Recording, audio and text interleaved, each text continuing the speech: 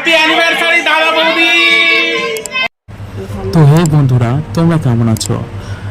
না, আশা করি খুব ভালো আছো। তো বন্ধুরা, এই যে দেখতে পাচ্ছ আমাকে, আমি এখানে ইন্ট্রোডিউস করেছি, এই যে দাদা বৌদি, রুম্পা কর্মকার এবং শিবা কর্মকার। তো আজ ছিল দাদা বৌদির অ্যানিভার্সারি। তো আমরা সব কৈলা গ্যাংয়ের পক্ষ থেকে একটা ছোট্ট করে পার্টির অ্যারেঞ্জমেন্ট করলাম। ওদের এই দিনটাকে স্পেশাল করার জন্য আমরা একটা কেক, একটা ছোট্ট গিফট এবং দুটো রজনীগন্ধার মালা আমরা অ্যারেঞ্জ করেছিলাম। যে চাইছিলাম আমরা ওদের বিয়েটা আবার রিক্রিয়েট করতে। তো এই যে দেখতে পাচ্ছ আমার হাতে দুটি মালা রজনীগন্ধার, আর আমি এই যে দিয়ে দিলাম আমার বেস্ট ফ্রেন্ডকে, আর এই যে আমার প্রিয় দাদা শিবাদার হাতে। তো প্রথমে আমি বললাম ওদেরকে যেন ওরা মালা বদলটা করে নেয়, কারণ ওদের বিয়ের টাইমে আমরা ছিলাম না কেউ। তো রিলেশনটা তখন এতটা গভীর ছিল না যতটা গভীর এখন। ওদের সাথে আমাদের একটা ফ্যামিলির মতো একটা বন্ডিং তৈরি হয়ে গেছে বলতে পারো।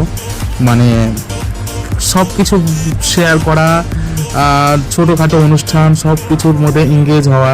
তো এটা হচ্ছে কি আমাদের একটা কি বলবো, মানে ভালোবাসার সম্পর্ক বললেই বলতে পারো। আর এই যে দেখতে পাচ্ছ ওদের মালা বদলটাও হয়ে গেল। এবার সবাই মিলে ধরে বসলাম যে দাদা এবার হচ্ছে সিঁদুর দানটাও করতে হবে। তো দাদা প্রথম লজ্জা পাচ্ছিল, তো আমরা বললাম না, বয়সটা মাত্র একটা সংখ্যা, ভালোবাসাটা চিরন্তন থেকে যায় মানুষের মনে। তো দাদা অনেকক্ষণের পরে রাজি হলো। আর এই যে দেখতে পাচ্ছ ওকে হচ্ছে গিয়ে রুম্পা কর্মকারকে হচ্ছে গিয়ে এই যে দাদা সিঁদুরটা পরিয়ে দিল। তো কি বলবো বন্ধুরা, মানে ওদেরকে দেখে প্রাণ ভরে যাচ্ছিল আমাদের, যে না মানে সত্যিকারের বলতে গেলে মানে বয়সটা শুধু একমাত্র সংখ্যায়।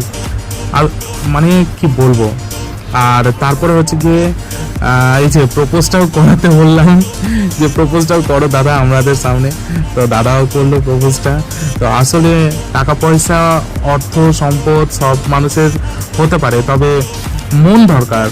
সে মনটা দাদা এবং বৌদির আছে।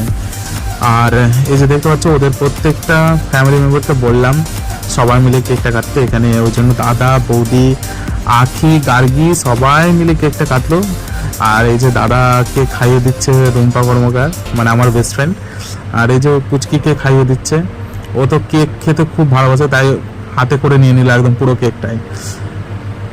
কি বলবো বন্ধুরা, ওদেরকে এভাবে দেখে আমাদের যে মনটা খুব মানে আনন্দে ভরে যাচ্ছিল, যে এতটুকু একটা অ্যারেঞ্জমেন্ট করতে পারলাম আমরা। খুব একটা বেশি বড় করে অ্যারেঞ্জমেন্ট করতে পারলাম না, যতটুকু পেরেছি ততটুকু করেছি সবাই মিলে। তো আশা করি ওদের কাছেও এটা অনেক বেশি, কারণ আমরা একদম একটা ফ্যামিলির মতোই থাকি সবসময়। আর তারপরে দাদা অ্যারেঞ্জমেন্ট করেছিল এই যে পোলাও, চিকেন, ডাল, প্লাস্টিক চাটনি, আমের, যেহেতু এটা আমের সিজন চলে এসছে তোমরা সবাই জানো। তো গাইস কি আর বলবো, দেখা হচ্ছে নেক্সট ভিডিওতে।